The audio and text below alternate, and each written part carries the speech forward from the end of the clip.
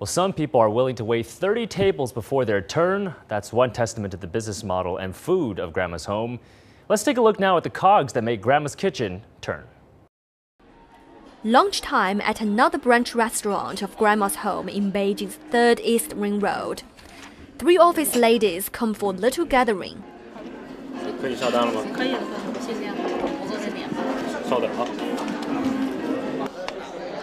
这边点的是我们店的特价菜王牌豆腐，他们的单就下好。28号啊，全部拿过来28块钱。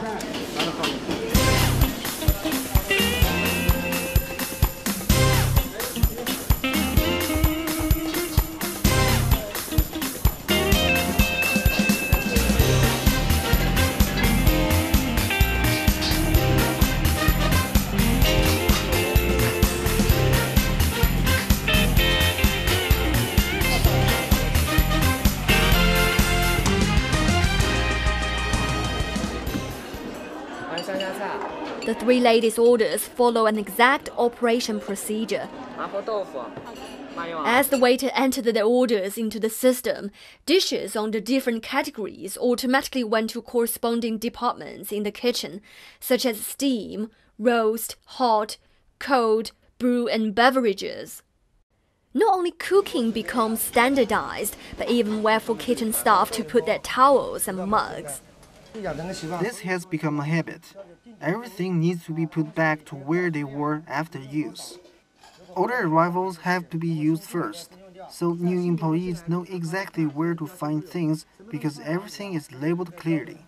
Zhou Fang leads a 12-member team whose job is to create hundreds of very specific standards and making sure every staff member across 85 stores follows the rules in exactly the same way. For many people, food safety is a very broad idea. They know the term but don't know what exactly constitutes food safety. This is not only an issue for the general public, but also for many of our employees. So we need to translate safety practices into standards and let our staff know. I will give you the smallest example, how to wash your hands. We've created a 6-step practice that specifies how you should rub your hands from back to front and how you should do it for 20 seconds. If we only tell our employees you should wash your hands and sanitize, this would be an empty order. So by creating standards, we turn an abstract idea into specific practices. But standard products, services, and operation procedures do more than just improving quality and reducing risks. They maximize profit. Few Chinese restaurants fixed their tables on the floor, and I was one of the first to do so. People used to move tables around. When there were more customers than enough tables, the owner put several small tables together, right? But this was actually beyond the owner's production capacity, because you only had a certain space and labor. If you try to increase production, the quality of your product would be definitely affected. We should live within our means. If I set 100 seats in my restaurant, I'm only meeting the standard of serving 100 customers. It's like a machine. Its turnover rate is just like my table turnovers. They are the same. To make standard operation procedures profitable, a reliable supply chain is essential. Compared to factories, restaurants purchase smaller amounts of material and their suppliers are usually small and scattered. This therefore increases risks in the supply chain. Grandma's Home says 70% of its material, like fresh vegetables, comes from local suppliers. The rest 30% comes from its own logistics center established in Hangzhou in 2011.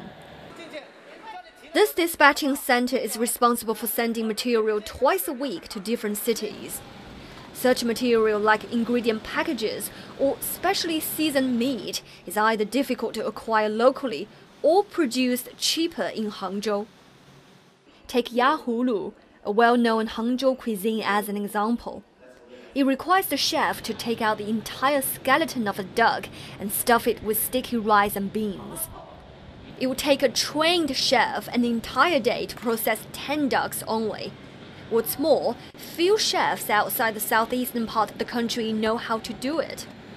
but Grandma's Home has outsourced the job to a meat factory in Hangzhou, which can process 200 ducks per person per day. The logistics center then stuffs, packages, and sends the ducks to different cities. All Beijing needs to do is to heat the package, cut the string, and fry the duck. This production process brings down the cost of the dish by nearly 50%, and customers get a low price of 58 yuan. That's about $10. While rent at Wangfujing Street takes away 8% of the branch's revenue, every square inch on the high street needs to be put in use to maximize profit. Wang Yang says having a refrigeration house located in the city's 6th Ring Road to store material coming from Hangzhou makes more economic sense. The temperature here is usually between 18 and 19 degrees minus. Do you see my breath? I was also holding my hands. Since I'm only wearing a shirt inside, I can definitely feel it's a little chilly here. You see, all these boxes of food will run out in 10 days if we are busy, or 15 days, the longest. All this. The delivery of these goods has also been outsourced to a professional logistics company, which delivers goods for supermarkets and food companies. Standard operation procedure, logistics center, and outsourcing. Grandma's Home is more like a factory than a restaurant. A big part of the reason, Wu Guoping himself had worked at a pharmaceutical factory for 19 years before opening Grandma's Home.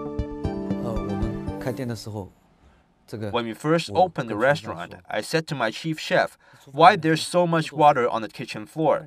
He said, "Boss, we chefs have a saying, you don't check the backstage when you watch a play, so you don't go to the kitchen when you eat your dinner.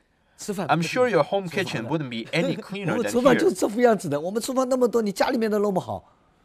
In fact, I had seen clean places. In the factory I used to work, we had to take shower and change clothes each time we enter a particular workshop. I had seen this, so these factory experiences have given me a certain scope to look at the catering business.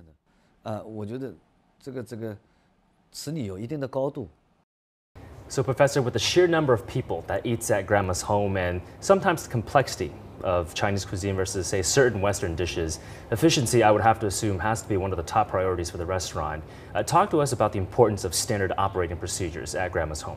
Sure. So standard operating procedure, or SOP, is essentially a formal management and control tools, and it plays a very important role for large organizations. So there are several key advantages to using a SOP. So one is it helps the company to reduce unnecessary waste and streamline its business operations. And second advantage of SOP is that it basically promote consistency and same quality standards across different business functions within the firm, as well as across employees within the organization. So Professor Jia, walk us through the steps in terms of actually implementing the standard operating procedure that you've been talking about. Sure. So let's take the back kitchen of Grandma's Home as an example. So it's essentially like a streamline. There are 4 major action steps involved. So step 1 is for the back kitchen to receive order from the floor and start to assemble all the required ingredients. And the second step is for the chef to take over and actually cook the dish.